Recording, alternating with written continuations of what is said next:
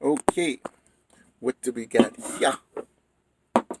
Some non-alcohol non-alcoholic premium mixer ginger beer made with pure cane sugar from the house of somebody. Yeah, looks Indian. Okay. Gluten-free. Established 1938. This company. I'm not going to advertise them. We don't do that. As you know, my channel is not monetized, and it's and it's Creative Commons, so I'm not into this. I don't want to say capitalist stuff, but I'm not. I'm not a. People be trying. Not, I say trolling, but on the Instagram, they be trying, post your thing or whatever. I guess by just saying that, then if you're looking at my stuff, you can see their stuff, right? And at the same time, if I do go with that, no, I don't want to deal with them. Refrigerator after opening. Oh, here we go. Ingredients: filtered water, pure cane sugar, natural ginger extract, and other natural flavors. Other natural flavors. Potassium sorbate. Oh, that's it. Not too bad. What's that? Perceive? Press? Huh? Oh, I can't read that. I don't have my reading glasses. Let me leave that alone. It's ginger beer, I guess. Oh, when I first actually I'm going to Africa in 2 days. Let's say going to Africa. I'm going to my home in Africa. Here I'm at my sister's home in America. Sometimes I'm in New York with other friends of mine's home. If I ever if St. Louis ever opens back up, because whatever, I can't say about that. But I'd be at my friend's home in St. Louis, and but my home is in Alice in the Eastern Cape, Southern Africa. I actually have, I guess my home was with my wife, but I have an abode. Uh, me and my wife actually know, but let me talk about my abode. My abode, just a house, a two room dealing. When I say two-room deal, I mean there's a bedroom, right? Hang stuff hanging like that, and that's really about it. The other thing is the kitchen. Put the couch in there, look like a kitchen, living room, kitchen, whatever it is, and there's no running water in there.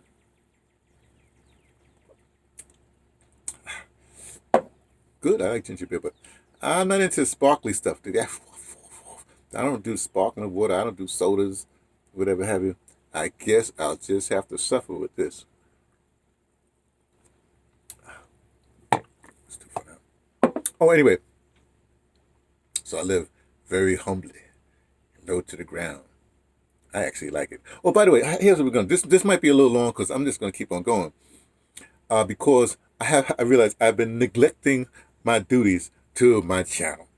Now, this channel that you're listening to, or if you're listening to me right now, is my YouTube channel, and the name says it on there. And it was started. Well, I think I had the YouTube since 2011. I'm not really sure, but I started the YouTube channel when I got to Alice. I think in 2014, and the first thing posted, not yeah, well, the first thing that there was other stuff up already. Like a little 8-minute documentary on me that University of Cape Town film students had done years ago.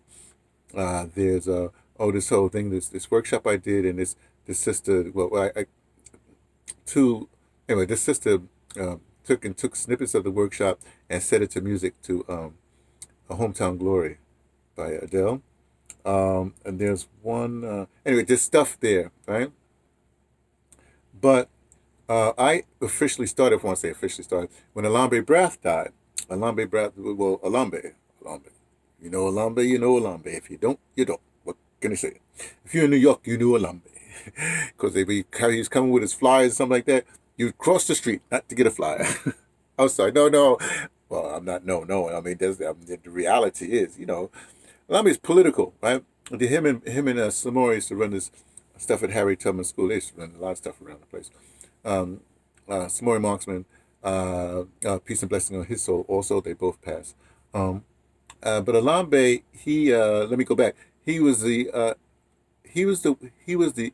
producer on Like It Is, which is was the local TV thing with Gil Noble. In fact, he was the one that brought Gil Noble into the, I shouldn't say, transformed the program into more of a Pan-African thing like that. The producer before him I knew because when I was running lights at Daddy Goodness for the Negro Ensemble Company, I was an intermediate acting class, and I guess I had some. I guess they say let's take the youngin and let him run lights. Hey man, it was this is what we need to. Well, can I just say this? If you have a youngin around, right, you doesn't have to be your youngin personally, but something that maybe a couple of youngins, and teach them if they want to learn. Teach them everything you know. Part of this thing I had to start this channel is because I kept on telling people, talk to your elders, get them on tape, get them on tape. Ain't nobody listening. So I thought, hey, I'm an elder now. Ain't nobody talk to me. I'll talk to myself. No. Now this is like it's a audio memoir, right? Because someone's life cannot be summed up in the 500 pages or the 5 volumes or the made for TV movie or the prime Hollywood movie. It's an ongoing thing. So where I figure if everybody starts to do the YouTube channel and just do a stream on, you could just do a stream on your channel. Like for instance, this won't appear on say my Gullah stream, you see, but it will appear on my ADOS stream. You see, it'll appear on some streams and it won't. So you can stream, you can have different streams on your channel, and that's what it is. But this will, this is just it's my well, it's what it says, my memoir, living memoir. So later on, then they said, well, who are you really talking to? Here's the thing. I used to do a thing called Pan-African Space Station in Cape Town. It was an incredible initiative. And I was I guess you would say the we had an engineer put together this morning. We had a website person, Nail and of course Anthony was the one that do Pan-African Space Station, and I was a production engineer, the board op, whatever the PA person. Let me ask you something. If you're running a board here, right, and you got a live act here, the DJ rig is over there, so right, you have a live act here, and you got to record, right. And then you also have to, well, later on, I edit and stuff, levels in editing process, right? But you also because it was like a month, right? And in like a week, when we would have acts from all around the world, they would come, all kinds of acts like those brothers, the brass band brothers, what's his name? Santana's current wife, before she was a wife, like that. Bunch of people, okay? Very, very people from Africa, here, of course. Oh, Dr. Philip DeBong, Malumbo music. In fact, I'm going to say, I got to get me some Malumbo music to walk around with. I had the thing, but I got to get me some Malumbo music. It's a must. Wow. Sorry, something hit my head. Maybe I'll tell you about it later, but Malumbo music. Okay. So, so that's what the channel is about.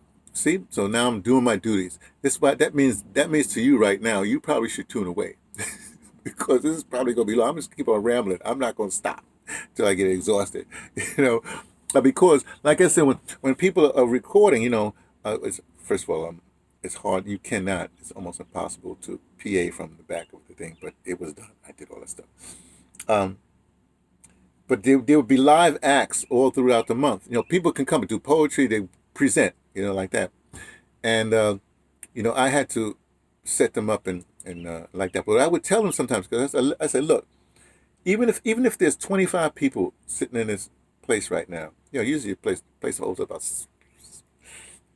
70 people, because it was, don't worry about it. It was a space. You can create a space someplace else and as well. But see, the whole thing, the spaces and equipment, it means nothing.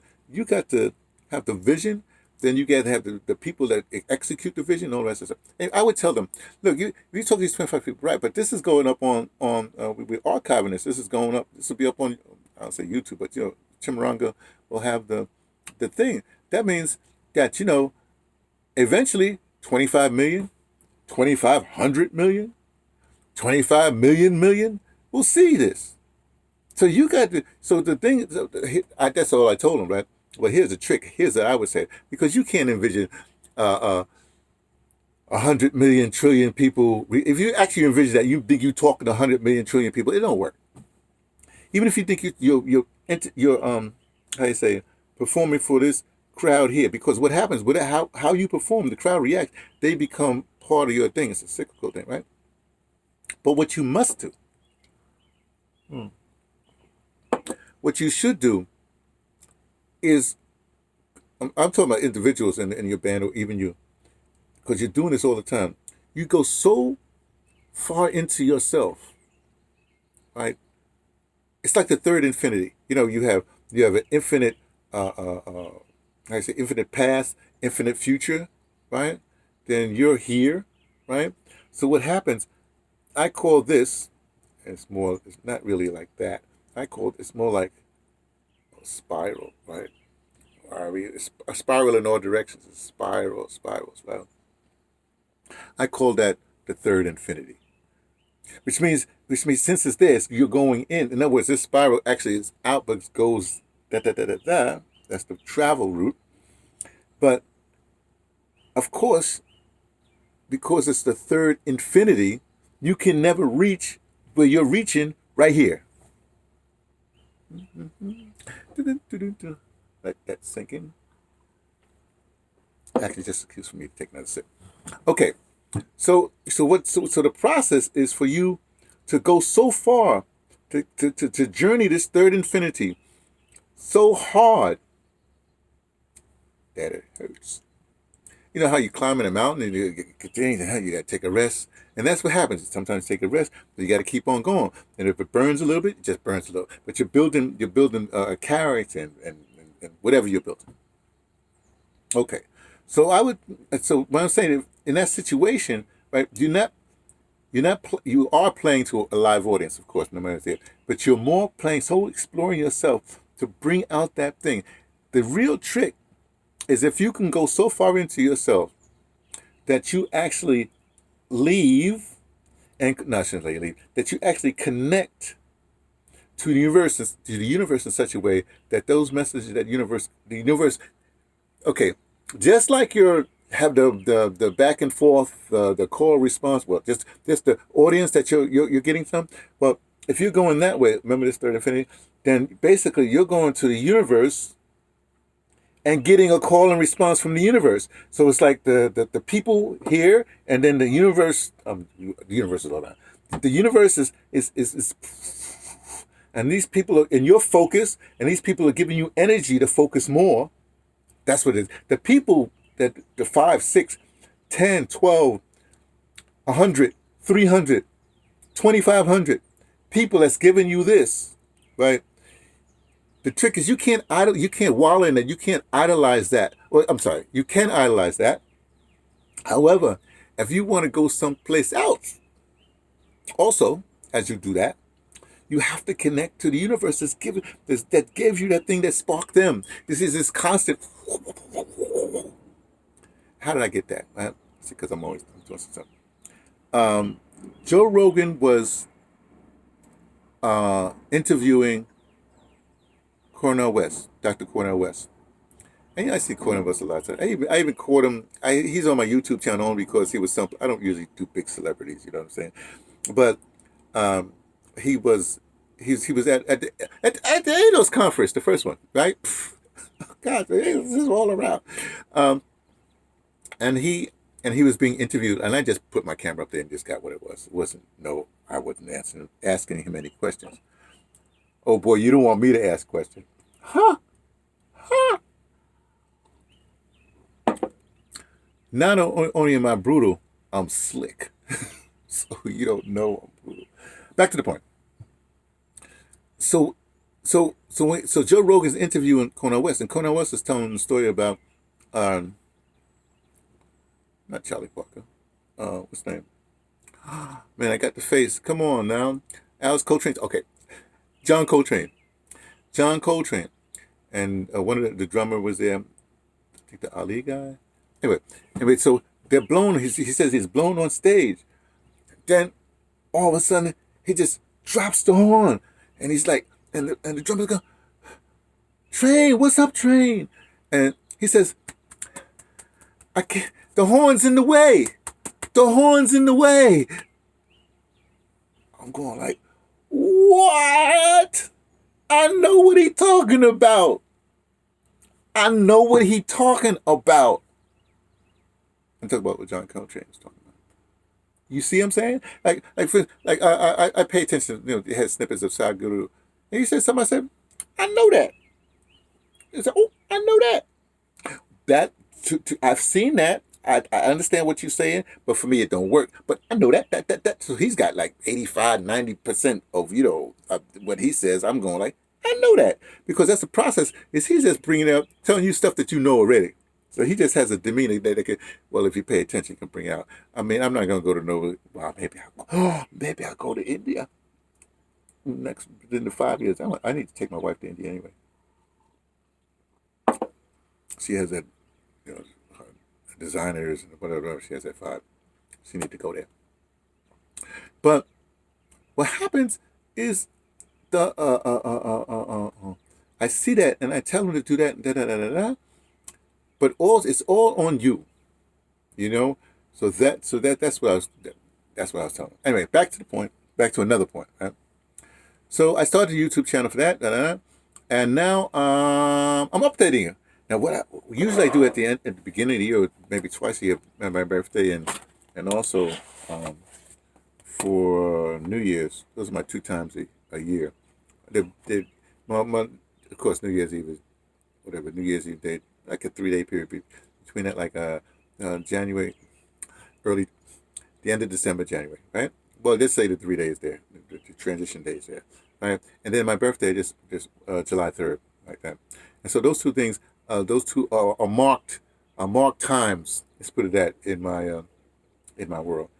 What I usually do is I go through a book, when I see, and I highlight stuff all throughout. Like, so this is important, and I'll highlight that, and then I keep on going. Right? Okay, great. In fact, but I have this other book I started a while ago, and I have to. There's certain essential things. I should get in.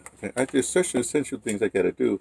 Like in this book here, in the beginning, I have the numbers thing with the alphabet and the numbers to make the numbers.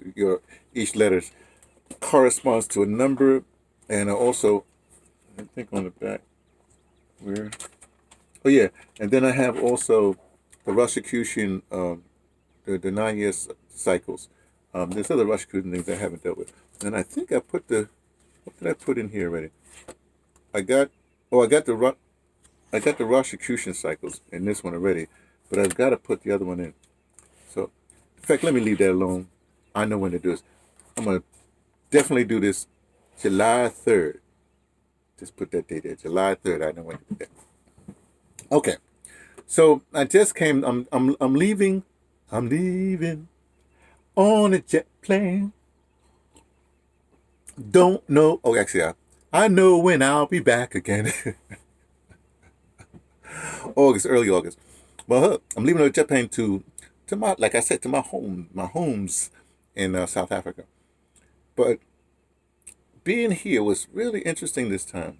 It's like I had almost like, I don't say a perfect transition, but it's things are happening the way they're supposed to happen. My life, I have no idea. I mean, at many times I'm supposed to do this and that. No, I shouldn't say that. I've done what I need to do, right? But now it's come to a point where I'm going to kick in a hyperdrive. Now, you have to understand something. It's been predicted and true, or read true, that me, T, from the Palace of Second Train Tibet, will never be in the spotlight, the star, like that. I always say the power behind the trouble, but the person that makes things happen. Opposed to, think of a producer rather than a whatever. Okay? And for a long time, at least since 74, 75, I've been dealing with Henry Dumas. And in fact, I just thought about this because my brother passed last year, and I did a Yoruba, because my spiritual advisor is a Yoruba priest. So when I have to do stuff, stuff happens, I contact him. I talk to him, right? And so I put we do the ceremony to bring my brother to the proper answers, to a proper place. Now, back in this must be really 1980, 79, 80, yeah, because I was living at I was at my house and I had a house. I had very big 2 by houses. I had a very big house, 3 stories, basement, garage, swimming pool. Ridiculous. At 27 years old, I owned this thing. Well, I'll tell you real quick. And then, it was fine. It's cool. In fact, one time I was stage manager at some, or kind of stage manager. And I had this really particularly tough, I mean, this director was terrible. Those who survived, like Henry Afro Bradley, peace and blessing on his soul. He was a part of. He was doing. He was. I was stage manager, but he was one of the actors, right? And we always just said, "Hey, man, we survived TB." Those you theater people, don't worry about it. Say we survived TB, you won't know it. Well, this guy, we be paying people in cocaine. Be trying to boink the star. Yeah, all kinds of things. He's this whack guy. But as a stage manager, anyway, but this particular day, I just couldn't take it. I said, look, I got to go home. Do your rehearsal. I got to go home. So I jumped, went from wherever we was. I guess we was down. Oh, Theater of the Streets, 13th Street. Yeah, whatever it was. 13th. Look, St. Mark's and Avenue A, second floor. We built John Harris Jr., Big John, and me. We built that theater. It's a little theater, but we built it. And that's the theater that we were rehearsing in, whatever it is. That was one, yeah. And so anyway, so I jumped back on the train, the railroad train line down to Somerville, New Jersey, where the house was. Nobody was home. It was a beautiful day, and I laid out in the pool. I said, Anthony, this is de-stressing from what was happening there. I said, and funny thing, this thought had nothing to do with anything that was happening at the particular point. So I'm laying there, all relaxed, beautiful day, looking up, floating in the pool. I said, this is good. Look at this. Project boy makes good, upper middle class or middle class, whatever it is. From the projects to the middle class. Oh, ain't this wonderful. Oh, went to college, Even went to grad school but didn't take the degree. I said, what? It's the best thing that ever happened, because if I took the degree, then I wouldn't do audio drama, because I'd be doing regular plays, theater. Because I was playwriting, so I'm writing for theater, and I was like, the whole 75, 77, 78, 79. So I guess it's 2.5 years. You had to write plays constantly. That's what I did. Turn them out. And but I did everything but handing in my dissertation. And guess what? My dissertation was to do a play. That was a dissertation, right? I mean, the test, everything else I had done. And I was going to do a smoking dissertation. I said I was going to do a good dissertation. I still can do it anytime. I was going to do my man who wrote Major Barber. The guy that wrote Major Barber Major Barber, the Pygmalion writer. The George Bernard Shaw, the one that looked like Rex Stout, like separated the bird. Hey man, the Nero Wolfe series, to my Rex Stout now, great series. I read every one of those. Back then I'd be reading I could do a whole series. I would do whole things. Anyway, he wrote this play called Major Barber. No, not Major. No. Yeah. He wrote a play called Major Barber.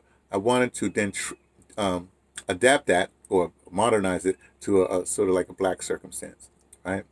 I particularly like, what play he did that I like that people don't really know. It's Miss Alliance. I actually stage managed Miss Alliance. I like Miss Alliance a lot. And if I had to do, in other words, now if I had to do, some people go, oh, I don't do stuff for money. Never mind, forget what I was going to say about that. So I didn't take the degree, which was excellent. And then I ended up, going back to New York. By then I had been gone on the scene for about 10 years, and the scene had changed. There was a lot of clickism. There was like a nepotism.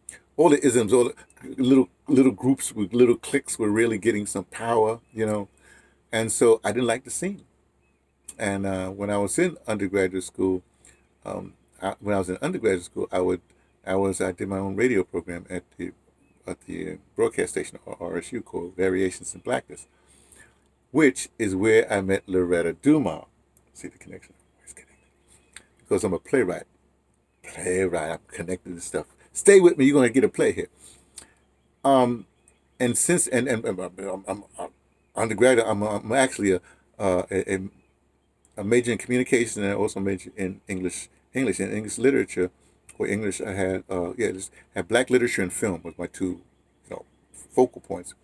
And so Henry Dumas, Black writer, never heard of him. Read a little bit of stuff.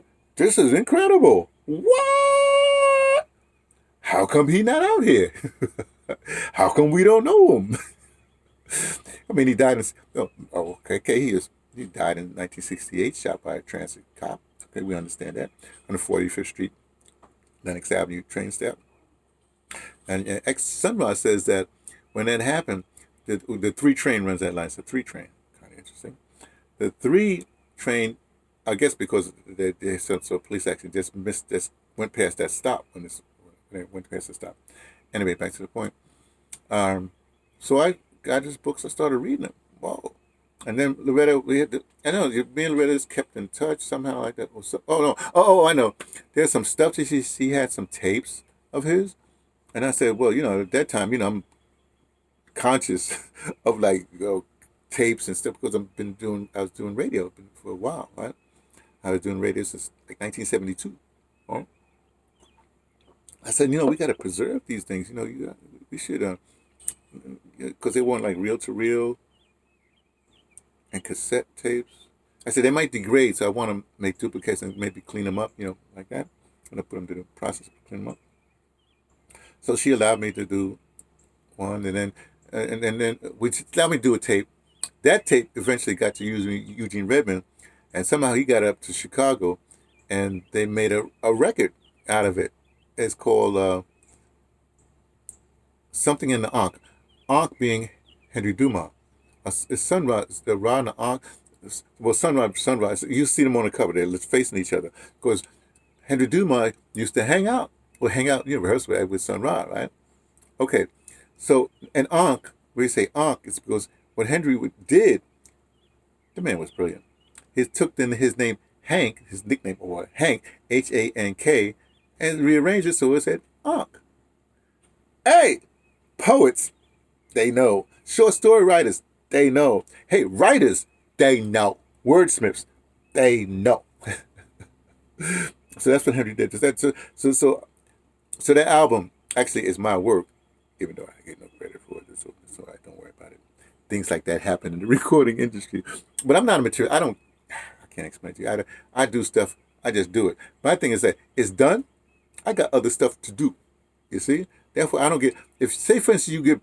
That's one of the reasons. One of the reasons why I really didn't take my degree from Mason Grove School of the Arts, part of Rutgers University, New Brunswick campus, is because I knew. Well, these are one of the reasons. I knew that let me put it back. Let me go back. I think the beginning of the second year, somewhere in there, I have a one-act play. Well, it's a play. It's a one-act play, but it's connected somehow to two other one-act plays. So basically, it's like a whole play, but you do it in one act.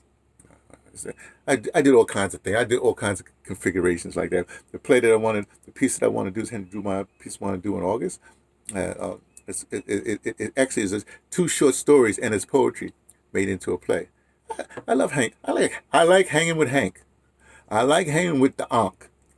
Just saying, I like hanging with the Ankh, and then they have a picture of Henry Dumas there like that. That would be interesting. So anyway, so in the summer, hopefully it will do that.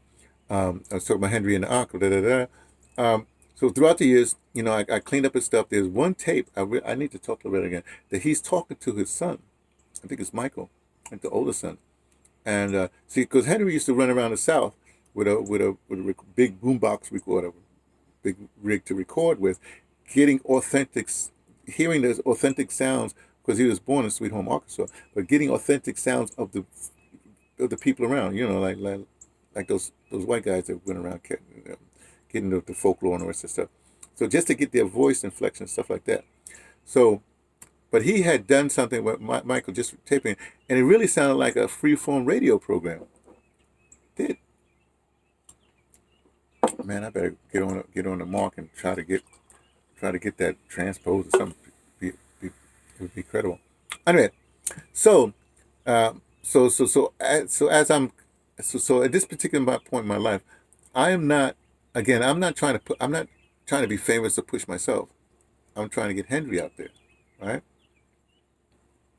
And one of the plays, not the plays, but what at the beginning of my second year for postgraduate studies, playwright, right? I wrote this play. They acknowledged was a it was one act, that connecting one act was acknowledged as a perfect play. It was like three characters, closed setting, and it was the perfect play.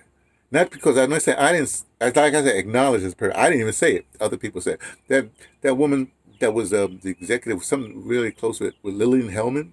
That's how she became. I guess not to do much to become an academic or whatever.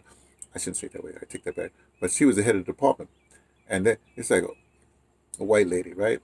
Let me tell you something. There was a white woman in that department did not like me, so I don't know what was happening.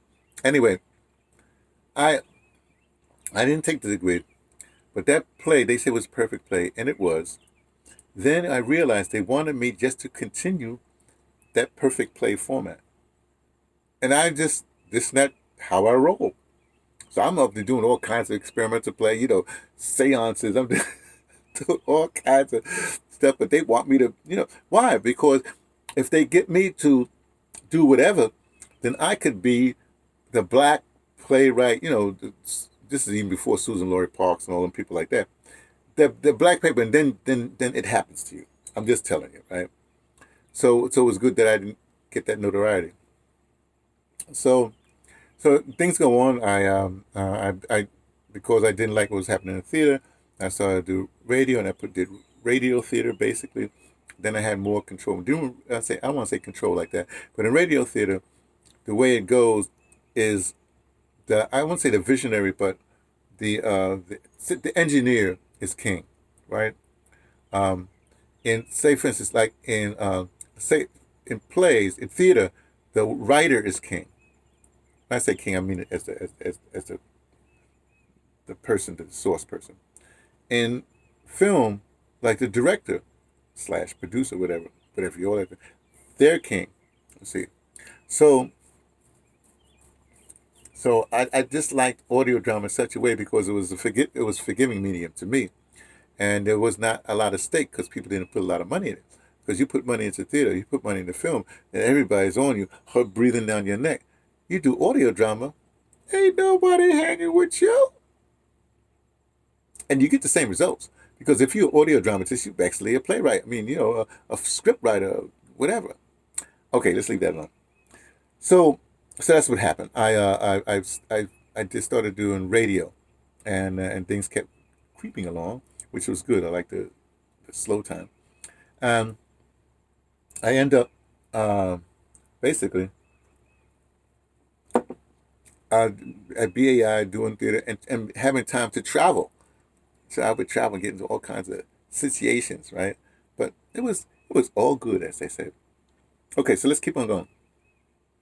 So about travel. Now I'm traveling to Africa because I go back and forth. I think hopefully I get this thing to where I get what's called a relationship visa, where you have within 2 years to come. But I think in that meantime, I'll talk to some people. I guess I should get my permanent residency, but what the heck? Um, so so that will happen. But now I have to spend much more time in the northern hemisphere in New York or the northern hemisphere. There's certain things with my sister in this situation here.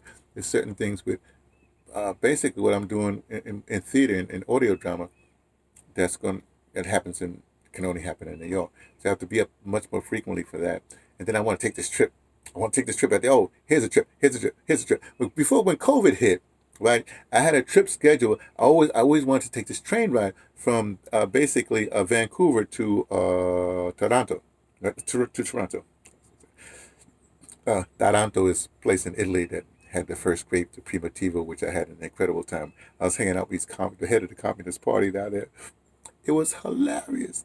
Anyway, I want to that's for some other time. So, um, what was I say? Was it forget the Toronto thing? Oh yeah, taking the train ride. So I had a ticket to go for like a January trip to do this train ride because I always wanted to do it. But because of COVID, got canceled. But the ticket's supposed to be still good. Oh, it's going to be good. So I'm going to contact them because at the end of this year, the next year, that's when I do the trip. And if I do that, then what will happen is I will then go to, well, I'll go to, I'll visit my friend in St. Louis, take a train right there, right? And then take the train to California. Maybe just somebody along the way to Los Angeles specifically because Brother Shine is there, right? And so I'll check that out. I wonder if I'll leave that alone. So anyway, take a trip there, and then I'll go up the coast and go to Vancouver and do that train ride. And when I get to Toronto, I'll talk to my friend Ellen Mann. Hang out with the Dr. Mills crowd. There you go. Uh-huh. And then I'll do whatever I have to do then because I'll do whatever's coming next. So I do I just flow with the wind, to my wind. That's why I call Henry Henry called him a mystic wind. I still call myself a mystic wind. I move around so much. Okay, so right now, like I said, when I said right now, I'll be going to New York and have an important meeting. If that goes the way it's supposed to go, then I'll be doing this thing on August 26th, I think it is.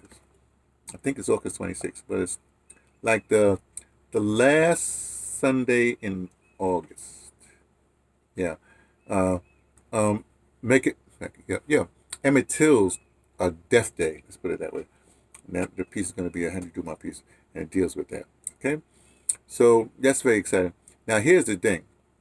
I have to prepare for a bunch of things. I have an audio drama workshop that's going to be done at the end of July at Rhodes University in Maracana in the Eastern Cape, or used to be Grahamstown, called Grahamstown. They're taking back the names. Alice should be Edigani, that kind of thing. Just take back the name, take back the name, take back the names. I guess deBrother will just stay deBrother. So I have to do that then, and then I have to do this thing. Then I'm doing this thing in August. So I have to prepare for that. You have to understand when I do a workshop, say the workshop happens whenever, it takes me a full 2 months to plan this thing. And I guess it's the same thing for a presentation like this. It takes a while for me to plan this.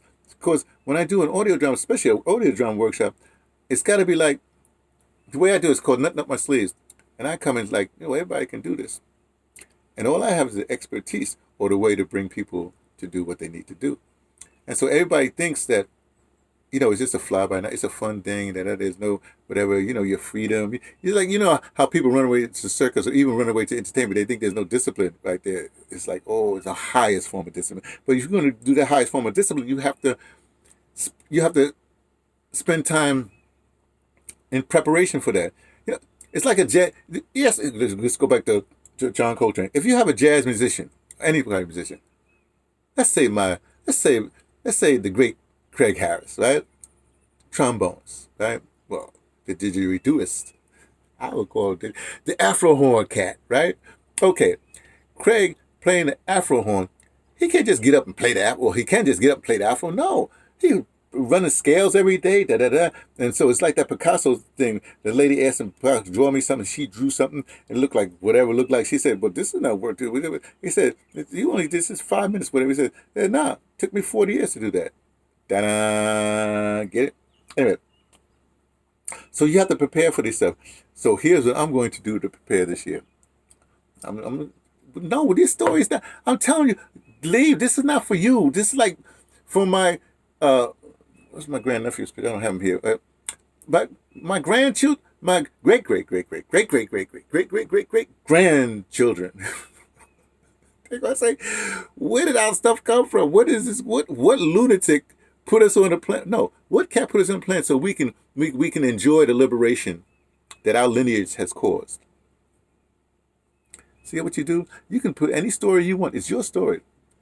Okay. So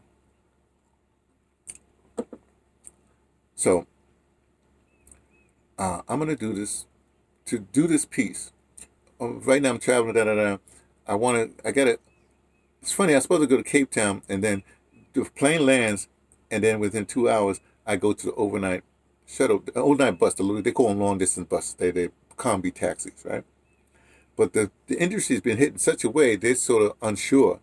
So even if I get someone, they reschedule my plane to land at 11 o'clock at night. So I don't have the whole day to whatever to find transport. And then, you ain't gonna get no transport. So what I'm gonna end up doing, I think that's a Friday late night. So instead of just running off on Saturday, I'll spend Friday night there, and I'll spend Saturday night there because there's a good DJ friend of mine is playing on Saturday night, and this other DJ there that's just on Instagram all the time. They're playing this rooftop place. I know that rooftop place. It's a nice place, really good. And they're playing, so I want to show up to that, and then I'll leave the next day. So that's the thing. But now here's the trick. So let's say it's the 4th, 5th, 6th. Say I get back to my abode the 6th or 7th, something like that. May the 12th, I'm going into a disciplinary state. Here's how it goes. I have this thing. I have this thing about the Rosicrucian order. I only studied a few. I don't know about a few things, but one of the things that fascinated me is that 52 days. Your birthday, whatever your date of birth is right there. Then 52 days. 52 days either side, and you keep on going 52 days. I think there's 7 52-day things that fit into your 365, whatever it is. But 52, and the only thing I'm interested in, 52 days before your thing is called your critical cycle, or your critical cycle, right? 52 days after the thing is your reputation cycle. So like say for instance, a week before your birthday, you apply for a credit card, whatever it is, they deny you. But then all of a sudden, a week or 2 weeks after your birthday, your date of birth, you get things happen. So in fact, a lot of people die. A lot of people make transition. A lot of people have a homecoming before that, in that time period there, or get sick enough to have a homecoming, whatever it is. So just beware. So I've always, in fact, this saved my sister a lot because she's just always off the rails, right? But then, only time I can get her calmed down is when I told her that in 50 days you're crucial to miss her thing. So she becomes conscious, and something happens. She's trying to, she decompresses, right? Which is difficult. Okay. So one year I was where was I? I was in Florida. I was in Florida, but I was in Fort Lauderdale. Yeah, I think it's in Fort Lauderdale. If I was working at this place, or maybe no, it was Fort Lauderdale. Definitely Fort Lauderdale because no, it was Delray Beach. Now it's in Delray Beach, and I had this thing where I said, okay, it's 52 days before my birthday. So what I did was every morning I would wake up. I always woke up at 4:30 in the morning because then I would go to the beach in enough time to catch first light. I'm a first light kind of person. Like this morning at Virginia Beach out there, first light, wallowing in first light, right? I did my little walk, but I had to cut it short because some stuff happened. I had to get back into some stuff because I spent last night at Virginia Beach, and my sister and my brother, but they have a timeshare, right? Which I don't really not into. But they had a little soiree, and my sister wanted me to cook, and so yeah, it was a nice gathering. I actually turned up at 4 dudes, 5 women. They're all older, you know what I mean? And we had just Big Thomas, when I come back, I gotta interview this boy. Man, wow. Okay. Anyway, so it was really interesting. It was just the thing I needed. Actually, it's a little bit up the road from where I had my accident with the surf, with the Virginia Beach, where I got paralyzed with the hospital, and a life changing or whatever thing. In fact, when I had the accident, let me show you what different points of view is. When I had my little, what happened was I was boogie boarding, and a big wave came. Right then, another big wave came right after it, and upturned me, and I went down, and it rocketed me whoosh, down to the bottom. They had just dredged the place. They just dredged the place, and it hit the bottom of the sand there, and it hit my head, and my head snapped back. Luckily, I had been taking copper with us. I had an automatic muscle response to do that, so to do like that. It's just that my head went through. If I couldn't do like that, if I didn't do like that, right, then my head would just snap. It would just snap. It would just dead. Taken out, right? Anyway, my niece was there at the time. She was like 13, something like that. And she she could swim, right? But she was too. I was up too high. She was trying to keep me up like that. But a bull-headed white guy came. That's what told me later. I don't know nothing about this. And he, got as he was getting out, my niece went and got the life or whatever. Nobody was paying attention. Nobody was paying attention. Nobody saw this, right? So anyway, luckily for me, steroids, whatever. This kind of thing. What happens is your spinal cord swells up, and that's what makes you paralyzed. But they got steroids in me enough time not for the swelling not to happen. That's what saved me medically, right? Okay, so when I'm up there, and I was totally paralyzed. Then a day or whatever. Then I got some movement. So I was like 3 days in the ICU. Then they put me in a bed. Then I said, nah, this is not for me. There was a TV there. I'm going like, what? Trapped in a bed with a TV? I'm rolled out of bed. The nurse came and said, oh, so you're out of bed. You got to get back in. We got things to do. So I had to get back in bed. I love those Mondays. Man, can I say something? Black women, I mean real black women. I don't know what we got today where people are sensitive, and I don't know what they are.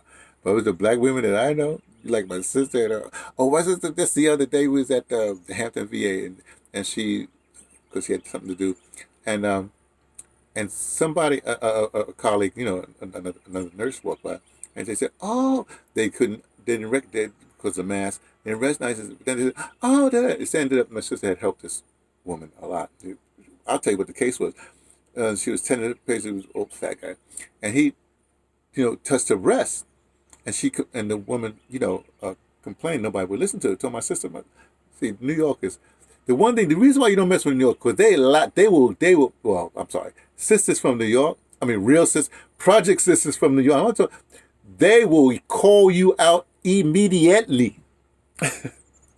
My sister, man. Nobody would listen to take the woman serious. She told everybody. She told the other patients.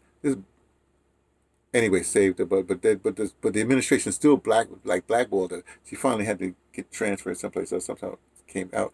But they still would blame her or blame. Maybe I don't know what it is with these institutions, with these systems. It's like, what are they playing games? They just want to see drama and for their own entertainment. What's going on?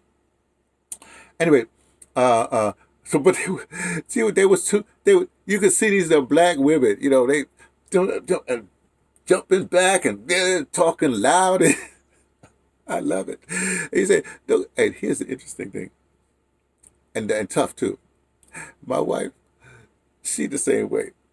I insist that she's that my lineage, not my lineage, but close to it, somehow parallel your lineages, right?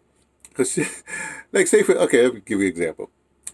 When Will slapped, what's his name, Chris, right?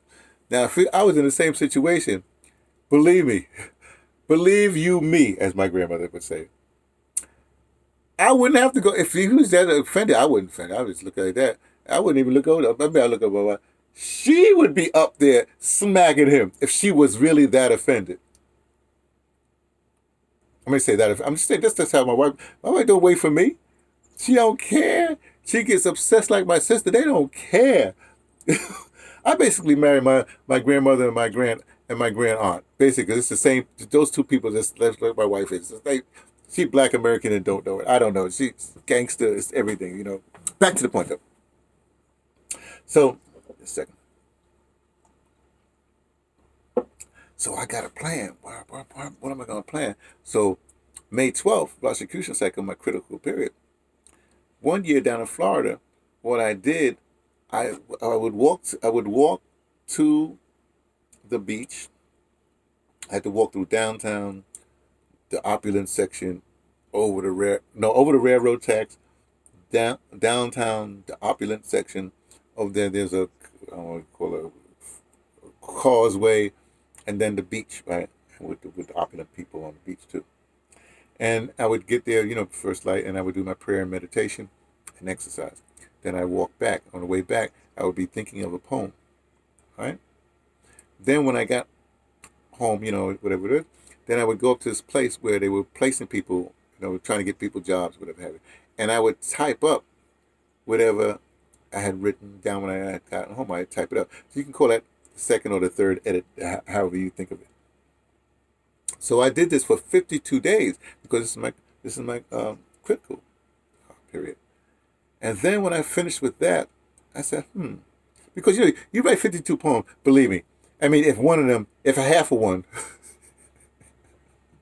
is good, then you struck it, right? So I've got 52 poems and different styles. I just love laying things out. But then what I did, and then, the poem had to be one page. Well, the truth was to try to make it one page, right? Then I was putting this binder book, whatever. And I took each poem and I wrote a letter to Eugene B. Redmond, who was the executor at the time of Henry Dumas' estate. I guess it still is, Loretta Dumas. The executive of Henry Dumas. He's the one that brought Henry Dumas to the fore because he was teaching at Southern Illinois University, whatever it is, with Henry, and then they had just published a book from this other guy. What's his name? I forgot. He published his book. For My People was Henry Dumas' poetry book, right? So Eugene went to New York and was visiting doing something, whatever. But Quincy Troupe, who grew up in East St. Louis too, was there. And Quincy Troupe, I love Quincy Troupe. That's the man, the myth, the legend. Him and Ishmael Reed, they'll run the same circle. In fact, Richard Pryor, that Blazing Saddles, that was influenced by the stuff that they taught him. And that's we're going off topic as usual. So anyway, Eugene visits Quincy Troupe. Quincy at the time was babysitting for Toni Morrison. Toni Morrison taught at Livingston College in the English department. Even though I was in the English department, I didn't have her as a teacher. See how this thing is so weird. So and then they say, hey, what's up? What's new? Whatever it is. And so I don't know how it happened, but somehow Quincy she took the book and she just read through it one night. It was so overwhelmingly blown. She was working for Random House, so she got it published at Random House under the title of his poetry, Play Ebony, Play Ivory. And then she put there was another book, they put this book of short stories, Ark of Bones. Those are two at Random House. There may be another one. Maybe what's the name come up at Random House? I don't know. Don't matter. So that's how Henry got published to the wider audience. That's how people knew about him. Otherwise, For My People is just local thing. You can self-publish all you want, right? Okay. So that's how everything happened, right? So in me preparing for both the workshop at Rhodes University and this thing that should happen in August on Emmett Till's death day, it takes a lot of preparation. So here's what I'm going to do this year. Since it's 52 days, my birthday is like July 3rd, so May 12th or 52 days before. And then this is a special year. Actually, this is 72 spiritual. 72. So I'll be either, and how you look at it, 70. Okay, the cycles go like this. 0 to 9, 9 to 18, 18 to 27, 27 to 36. So you have your physical, mental, sexual, and spiritual cycle. Then it repeats itself. So basically, 36 to 45 is you once again do you're in the physical. Is a vibration is good for a physical cycle. Like it doesn't mean you haven't done it before. The mental cycle from 45 to 54 is your second go round as your mental cycle, right? Then 54 to 63 is your second go round as your sexual cycle. Let me say this is why a lot of people in this age range they have a what you call eye candy or trophy wives because they go back to the women that's still in this that 18 to 27 bracket. You know, I don't know what that means for who's with a young girl now. I don't care about young. What age, whatever. The Godfather guy. Anyway, so 63 to 72, which I'm going to be 72, so I'm still ending my spiritual year, right? Yeah, because that's right. So when I go to 73, I'll be out of my spiritual. Doesn't matter. So 72. So I'm going like 72, 72, right? And then I realized that when I had my incident with the sea, it was the 27th of July. My birthday is July. So right when I hit was that 2002? Right when I hit 52. Yeah, right when I hit 52, which is that right? Yeah, right when I hit 52, which in the pantheon, the Indian pantheon, a man doesn't become a man until he's 52 years old. A woman becomes a woman at 25, but a man doesn't become a man until he's 52. Look, I found that someplace. I connect all these dots. But it's the 27th. But it happened on 27th Street. In other words, P27. This is very spooky, isn't it, when you think about it? I don't want to say spooky, but it's the way it is. And, So I get in the hospital. I walk myself back to health.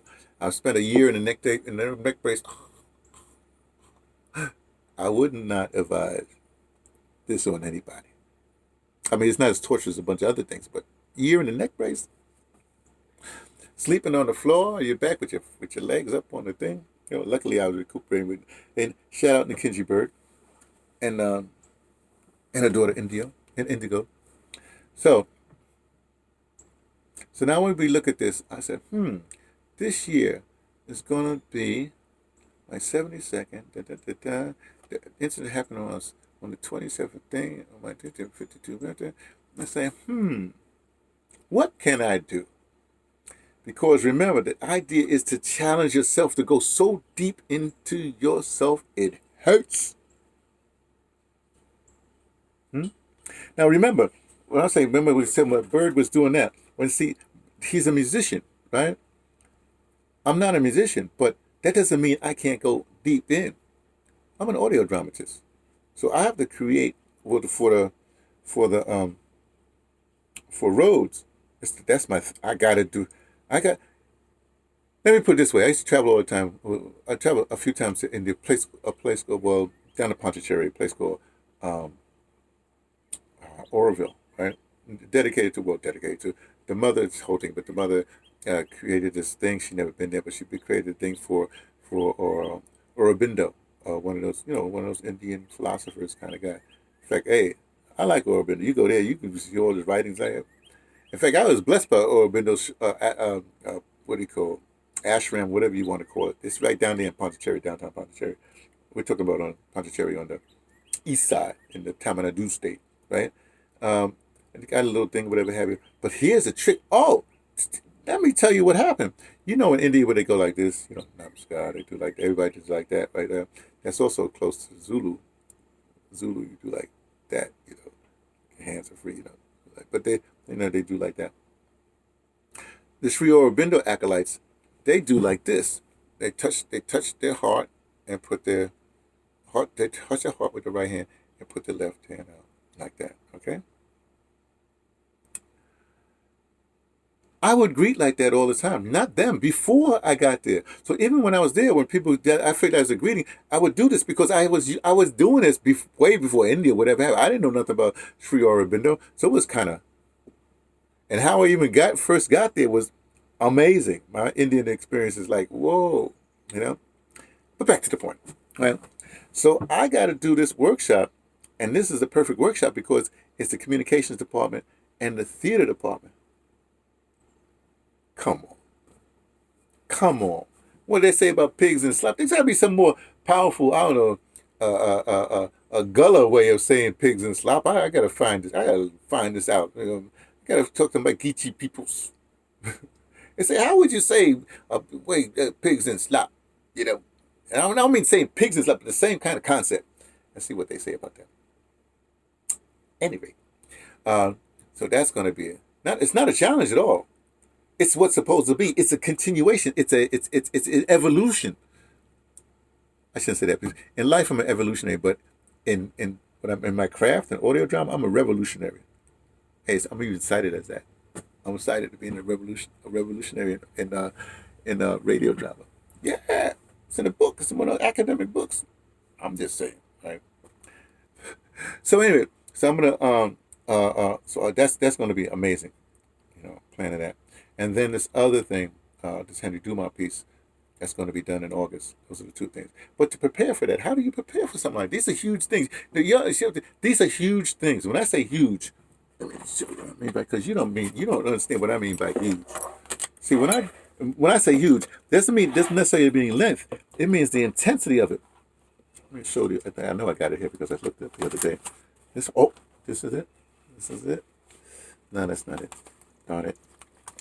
When I say huge things, I really do mean we don't mess around.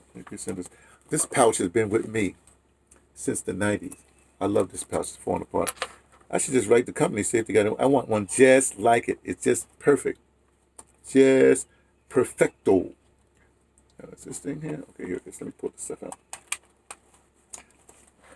Some things I carry, like I carry around, this is a meditative thing that I got from the Hudlin brothers. Back in the day, brought this. I was taking a couple of at a time, and brought this guy that does a practitioner of this, whatever this thing is. I gotta read. I can't read right now. To Capoeira, where it was Jacques Grande's, academy, and gave us a class in this. Yeah, I know the hood, but I say I know the hood, but I whatever, cross paths because a lot of people cross paths because of BAI. What's going on here? What else is? I'm looking for this other thing. Oh, this is my get out of jail free. This is my pass in Senegal. This guy. This picture. This is the. I always keep on messing up. But this is the head guy. I don't know if he's still alive. This was a picture taken when he was 42 when I was there. That's a whole other story. Probably on this one, but what else is going on here? Oh, this is the Mayan. See, things I gotta do one of these. This is the Mayan thing, or how you figure out your Mayan thing. Like in the Mayan system, I'm a white world bridger. Color is the white world. What a white world bridger does is he brings disparate things together, things that would never be together. Saw that? Look at that. Hey, in the American Indian Pantheon, I'm a woodpecker. Tenacious. Do not give up. Go down with the ship and resurrect the ship. That's right. That's my thing. Oh, New World Water. This is a CD I haven't listened to yet. I'm gonna listen to it. I'm bringing it to South Africa. New World Warrior. Hopefully, if I do this thing, look, don't tell him if he sees. Don't say nothing, because it ain't official. But if I do this thing in August, I gotta have this brother involved somehow. What the hell's going on? Sorry, what the heck's going on here? Hey, look at this. 200 Rand. I have this thing where I put money all over the place. I just found some money in another place just in case I get stuck someplace, So I'll keep that in there. What the heck? What else is going on in here? Oh, this is okay. That's a thing. Oh, this is some more money. 100 Rand, 110, 120. Oh, wow. That's interesting. What is this? Oh, this is my number at the health clinic or at the clinic at the hospital in Alice.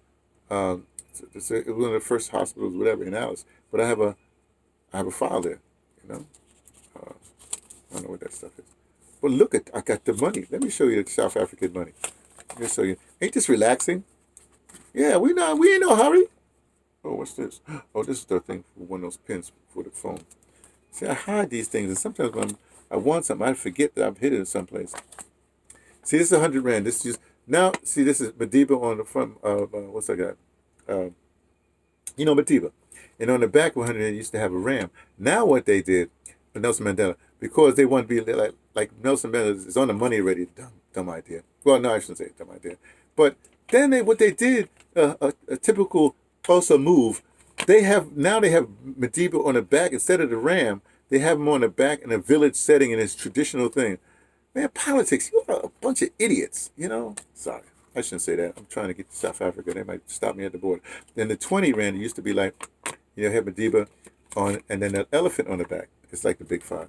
Then the 10 Rand was Madiba and a rhinoceros on the back. That's why I like the different things. I know on the 50 Rand, it's a lion. I like the lion. And on the 200 Rand, it's the leopard, the cat. And as you may or may not know, I was like, see all this thing come together. I'm writing a play for. I'm showing you how to write a play. When you write a play, this is what I learned at school. Play is so tight that if you pull one string out, it destroys the thing. That's right. That's what that perfect play was. It's called A Pig's Death, just to let you know. Okay. A 200 Rand is a leopard. I happen to be born in the Chinese system in the year of the tiger. Or tiger. I'm not born. Whatever it says, I'm a tiger. Or more specifically, people need to know I'm a metal tiger. Figure that one out. Then, let's keep on going with this little astrology thing, right? I'm born, as you know, July 3rd. I'm a Cancerian, right? Okay, fine. But you also have different quadrants, like four quadrants. You separate the things into three. So, like the first sign in the water sign is Cancer. The second sign in water sign is Scorpio. The third sign is Pisces, right? So, as being July 3rd, I'm a Cancer, but with a Scorpio decant or accent, if you want to say, right? Just to let you know. And my rising sign is Sagittarius, which explains me just being all over the place and not, even though I'm supposed to be home. Actually, even though I'm supposed to be a homebody, get to the second. All over the place. And my moon, which messes me up. Why? God must have a sense of humor. Or maybe Alegba is in charge, right? I'm going on rather nice warrior that I am. And they give me, whatever gives me, my moon in Pisces. What?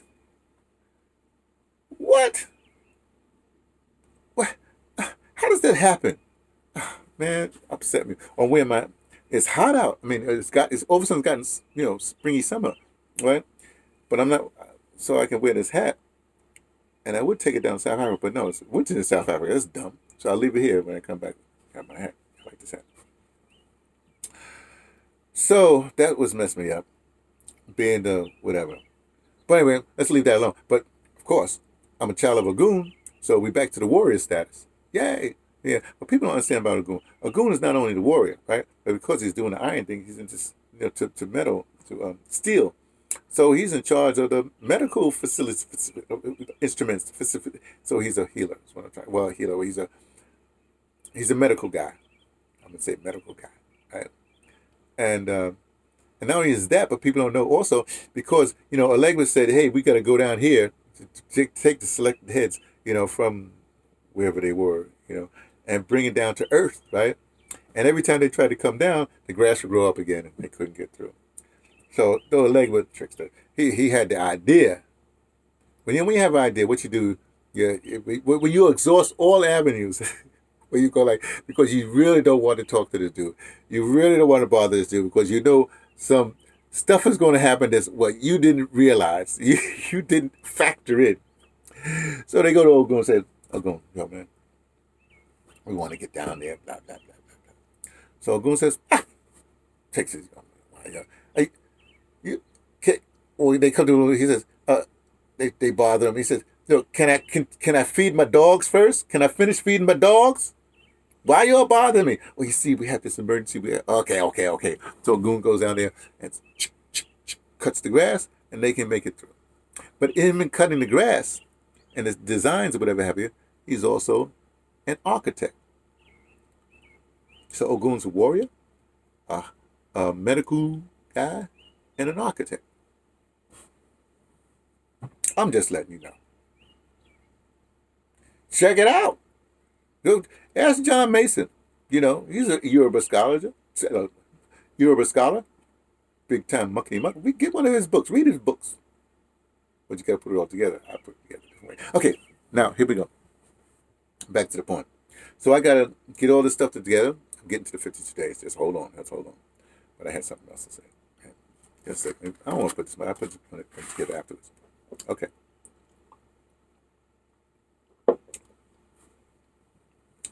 So, let me just get to the 52 days.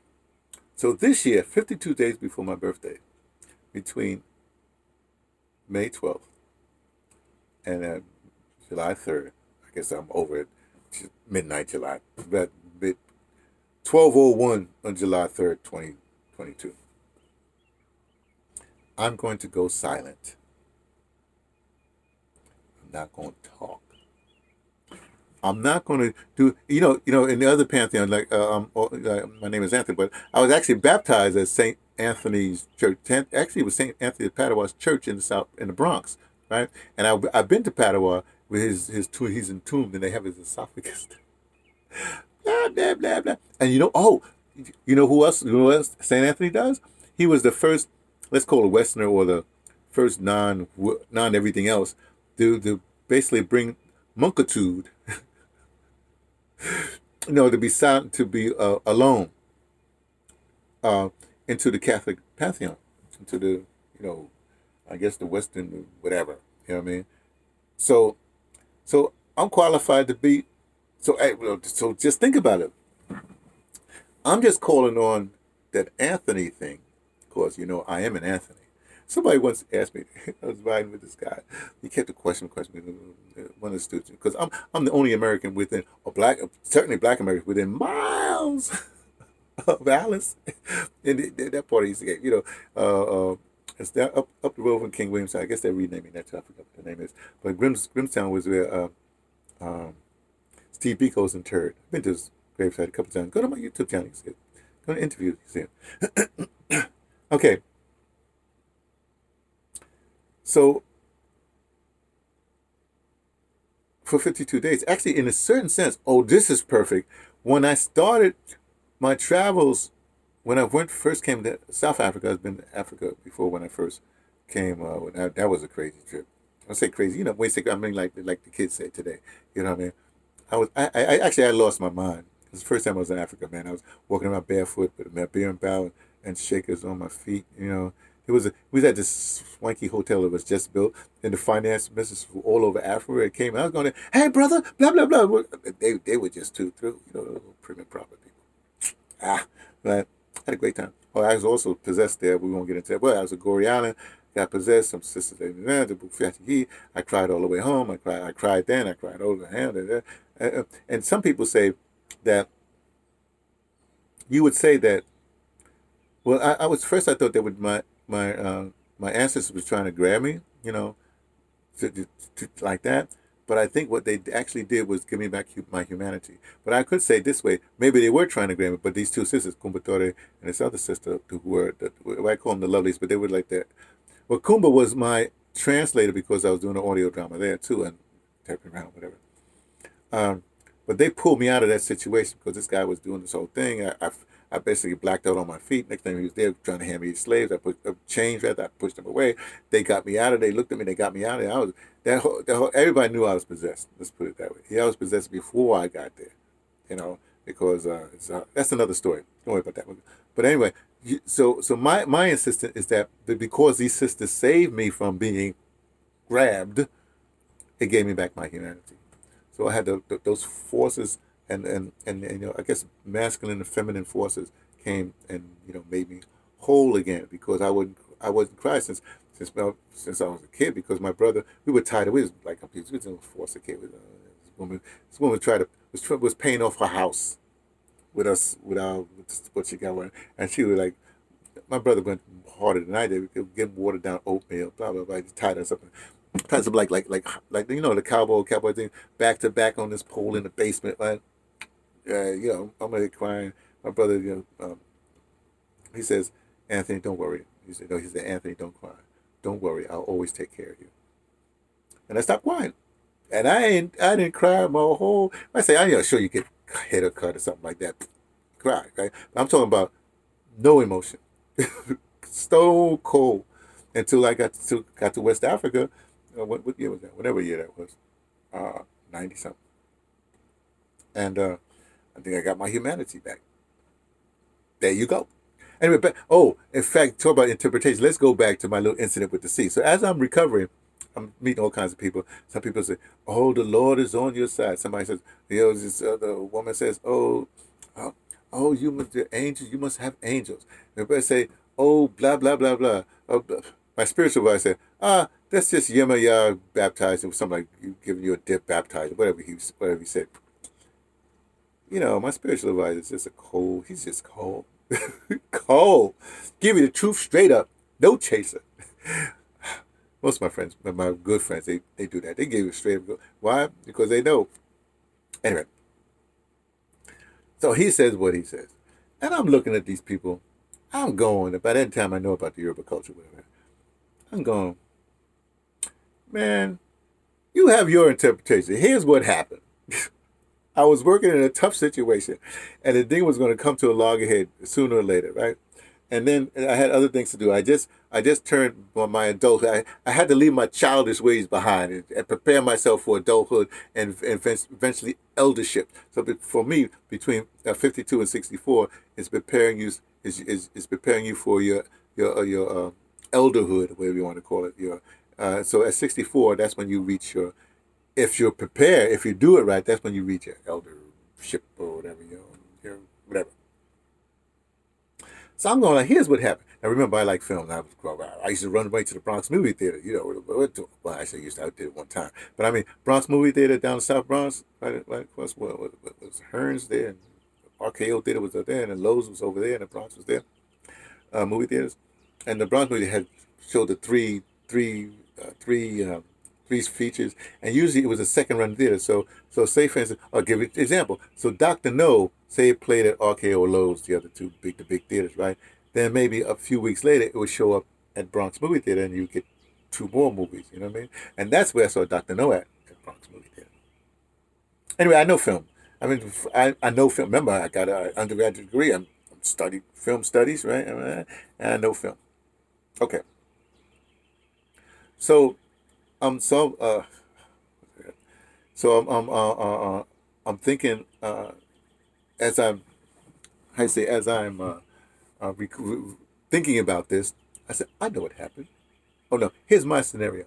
You know how you had those old films like the Jason the Organized kind of films where you had the Greek gods up there, and they wave their hand over this portal with smoke, and they see what's going on with the earthlings and stuff like that. Okay, here's what I think happened. Think of it at the Orishas, the selected heads, right? Think of them. And, say Obatala, whoever. He's looking, and then he calls, what's his name? Arumila over and says, hey, man, damn, this is the case, man.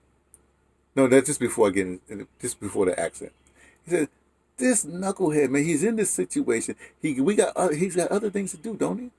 And then because but that's not our guy. That's Ogun's guy, man. Bring that up with Ogun. And then so Obata said, Rumila, you really no help. I mean, we don't want to get Ogun involved. If you say one of his children, gee. Okay, but you're right. Yeah, you're always right. I know. Oh, don't bring that up just because there's a few misguided human beings because I got drunk when I was making them doesn't mean that everything I decide is. Yo, Goon, yep. Come on over. And then Ogun comes, king of the white cloth. So every time you call, something happening, something happening. I suffer kings. I don't suffer kings. I suffer kings, but I don't suffer kings. Especially you. We're still reeling when when you got drunk and you made those human beings, man. And some of them were mine. Some of them were my children. I don't understand how you do that. Look, why are you dwelling in the past? The one that's done is done, man. If you dwell in the past, you be dwelling. We got stuff to do. We can't dwell. We got to do. I say, okay, what's going on? See this guy here? You know him. Yeah. AJS. You know him. The one, the three guy. because where that comes from. Because in the Pantheon, my initials, A is a 1, J is a 1, S is a 1. I'm born in the third. You know it comes that way. Okay, what's going on? Well, you see, what do you mean what's going on? You see what's going on. The boy, he's gonna mess up. He's gonna muck things. Forget mucking things up. He's not on the right path. So who's gonna put him on the right path? I put him there. I gave him all the stuff he needs. I'm not the path guy. Oh yeah, okay, all right. I know. Now you're gonna bring up the whole thing in the deal. Yeah. But this is okay. Let's think about this. Let's bring some other people in there. Yeah. We need your help.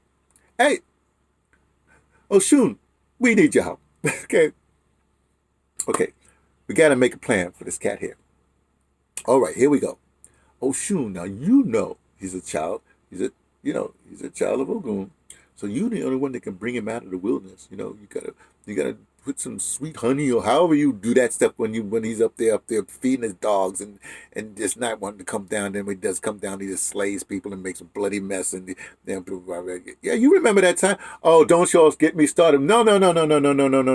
This was unfair because you put it on me that wasn't on me. And then a Rumila says, oh, didn't put it on you. What do you mean didn't put it on you? How has this happened? We had a party in the village, right? Didn't we have a party? Hey, Yama, you was there. Don't make like we had a nice party, right? And then people started getting drunk, and we drank up all the stuff. But we didn't know. We didn't know. It wasn't until you told us. We left the urns up. They were empty, but they were up. And so you was too busy feeding your dogs, right? And it took them a long time. And you hear this music in the background. Then you hear the music sort of stop. So you went to investigate. Dogs, meanwhile, they fed you, I guess. So you go down to investigate. You find there was a party, and you get offended. Oh! Oshun will tell you, well, you know how he is. You can't be having a party and not inviting him. Come on, now.